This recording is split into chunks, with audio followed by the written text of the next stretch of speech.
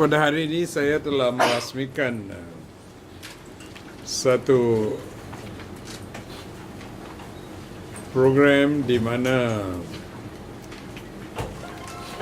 dan melancarkan satu portal iaitu Cancerfly Employment Portal yang diusahakan oleh beberapa social entrepreneurs dengan tujuan untuk meningkatkan peluang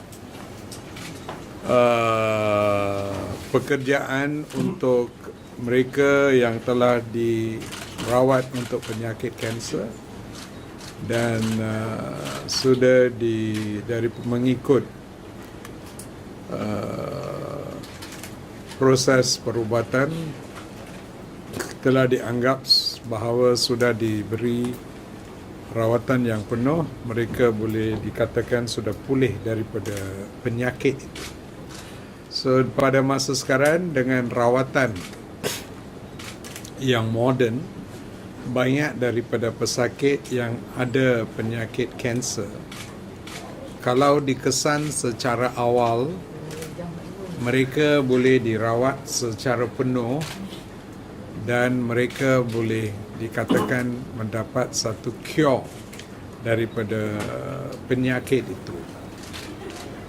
Dan dianggap bahawa 50 sampai 70% daripada pasien-pasien yang ada kanser boleh dirawat sampai mendapat pemulihan yang penuh kalau dikesan di peringkat yang lebih awal, early stages.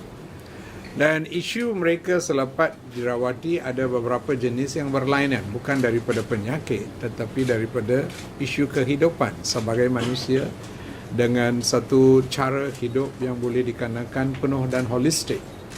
Dan ada pelbagai jenis cabaran dan daripada satu cabaran itu ialah kebebasan daripada segi ekonomi dan kewangan.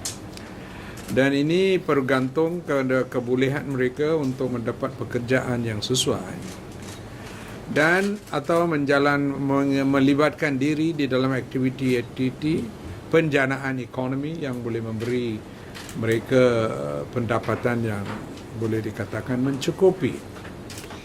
Selaras dengan itulah ini hari portal ini telah diusahakan dan dimulakan dengan tujuan itu untuk membawa satu kesedaran di dalam kalangan rakyat tentang kumpulan ini dan macam mana mereka yang di luar, khususnya majikan dan masyarakat pada keseluruhannya boleh menyokong mereka. Dan ini dibuat melalui dua cara. Satu ialah dengan menjadi penyambung di antara mereka yang cari kerja dan mereka yang boleh beri kerja. Nombor dua ialah sebagai satu pentas untuk mengiklankan produk-produk yang dikeluarkan oleh mereka yang pada satu ketika ialah bekas pesakit kanser. Kita belanja berjuta-juta ringgit untuk memberi rawatan. Dan sekarang rawatan kanser bukan murah. Ada yang kosnya satu bulan boleh kosnya beberapa ribu ringgit.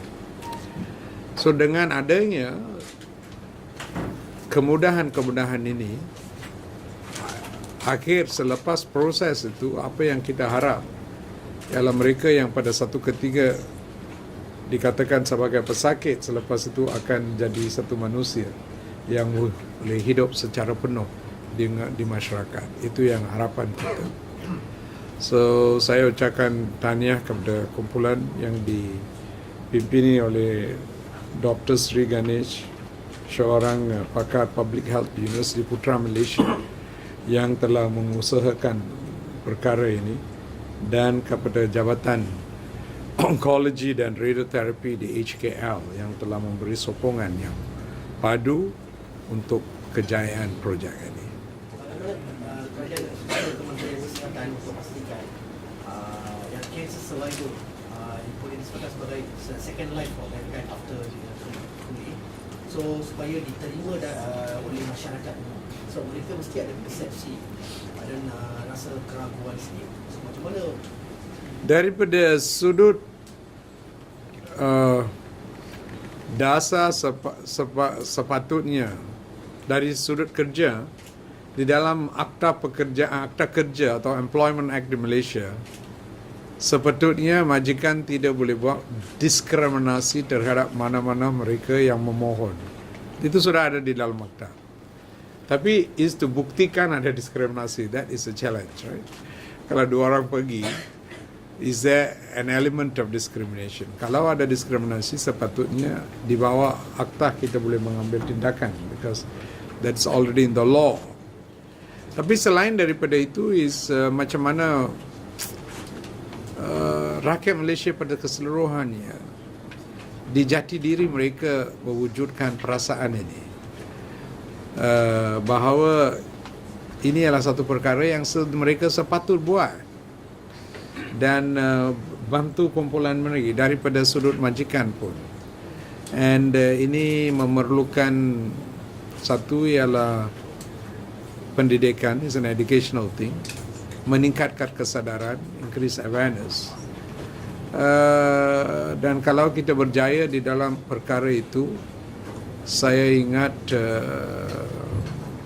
kita boleh memastikan bahawa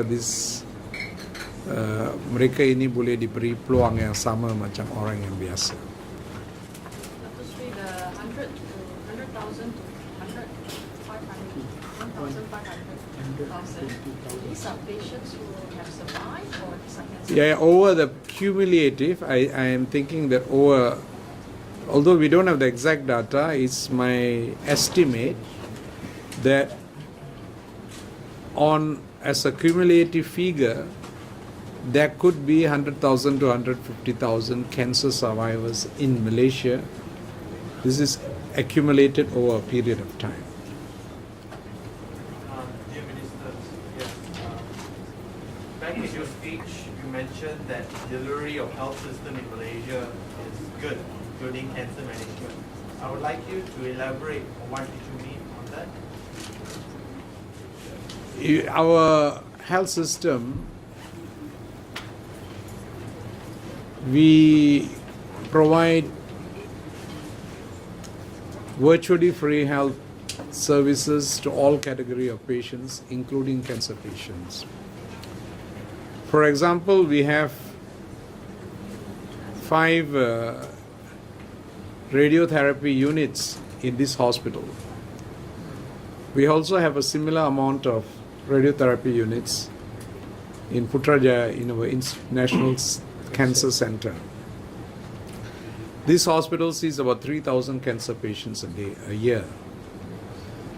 And virtually most of them are treated with no charges at all. And if you were to do the same treatment in the private sector, it will cost them, some of them will cost them per treatment 20,000-30,000 ringgit. And this is not only one treatment, they go for series of treatment. So the cost of the government treating a cancer patient could be hundreds of thousands ringgit per patient. But this whole thing has been taken over by the government to make sure that we don't burden the people as far as this goes. This has enabled us to ensure that we can provide treatment to a wide range of people. And this is also backed up by the fact that we have increased our cure rates for many cancers over the period of time. We also have increased programs for the detection of early cancers over the period of time. And we have also put in place preventive mechanisms for cancers, some of them very effective program. For example, it is accepted in the scientific community that the cervical cancer is caused by a virus. It's caused by a virus. And we have been immunizing school girls in the secondary school against this virus from 2012. And which means if we succeed in that, I mean, that I think Form 1 or Form 2, nearly 90% of the girls are immunized. So when these people become 40 years, I predict we will see a major drop in the amount of cervical cancer cases because we already put in the effective preventive mechanism. So these are some of the things which the government has done to ensure our cancer management and treatment is good and it's accessible to all sectors of the population. Yeah. Apa fungsi secara spesifik selain daripada mengiklankan produk yang bekas pesakit kanser, dari segi mungkin menyediakan peluang pekerjaan yang baru ke, dan juga berapa banyak majikan yang sudah bersedia untuk bersama dalam Itu dengan masa akan tambah. Sekarang permulaannya. So saya berharap dengan pelancaran pada hari ini satu kesadaran akan diwujud di kalangan majikan dan mereka akan tampil ke hadapan dan mereka yang menguruskan program ini, salah satu daripada cabaran mereka ialah untuk menyampaikan kepada majikan-majikan baru dan menambahkan lagi senarai mereka yang ada di dalam senarai majikan yang sudi untuk memberi peluang-peluang pekerjaan. Having said that, we should be aware that in Malaysia, incidents of murder through poisonous substances has not been something which has been common, right? Although people have drunk poisons and committed suicide, that's something which we see in this country. As attempt murder is something which is not so common. And of course, with this particular case, I think we all should be aware that this is another mode which could be used by people. So this should be a lesson to increase our awareness of this across the country. And the police particularly have to educate the people to make sure that as far as risks, we have seen risks like people spraying acids before, things like that. But this kind of thing is not something which we have seen, so that of course is a learning process for us to increase our awareness. The last question was about the next of kin. They don't even, that process is handled by the police. First, I must tell you all this whole process. We act on the directives of the police. So the police said there's a case of suspicious death. So we need examination to be done by the forensic department to determine the cause of death. So we do that process to identify the cause of death. And we will continue doing it until we are satisfied there's a cause of death is. After we have done that, then we leave it to the police how to deal with that. They are the ones who will deal with it. And also on the next of kin, releasing of body, the certification, that's all under the police because this is a police case under them. Yeah? Minister, the post-mortem result will be out around the middle of this week. I mean, we are talking about the normal period of time we take to complete most postmortems and give results. So on that basis, yes. It should be around Wednesday, the postmortem.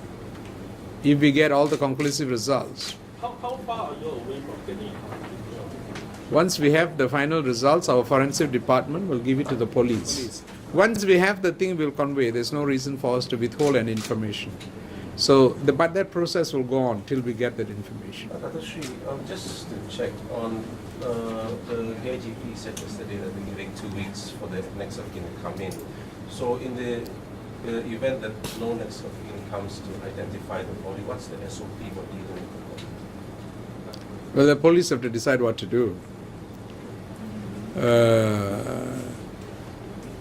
They will, after all circumstances, make a declaration how want to manage it. One, whether to keep it for an extended period of time, or they're going to make a decision, yes, we have given adequate time, and we will make a decision how the body is going to be disposed. But this whole thing will be determined by the police. Because at the end of the day, the police are answerable when the question arises, why did this person die? So the police will make sure that they have got the answer and they are confident of the answer, particularly in cases like this which have caused international interest. So all the more reason the police have to make sure that we have got good answers to ensure that we have solved this case. So that is the reason. So give the freedom and the space to both the forensic department and the police to deal with it. They can't be dictated by either governments or the press to do anything much faster than what they should do, right? Because it is their responsibility to do this. Well, maybe. So there are reports that said that American and overseas expertise is now being brought in to help with the forensic and toxicology. I mean, process. that is not something, I mean, I cannot confirm yes or no, but I can just tell you conceptually, that is not something which we have not done before. This kind of cooperation between labs, for example, is something which we do on a continual basis, but it is not it is part of an administrative process where when we suspect there are tests which we not available here but is available somewhere else, and we believe that can be used. We do that, and this is something which is commonly done by in the area of the scientific community. So while not confirming or not denying it, but what I'm telling you in terms of policy, it's not unusual for us to have working relationship with other agencies to assist us in whatever we are doing. Right? Last question, huh? For? Reported yesterday that toxicologists have mentioned that the chemical that would have killed Kim Jong-nam could be a new version because it killed very quickly. And well, is there a possibility? Everything is possible.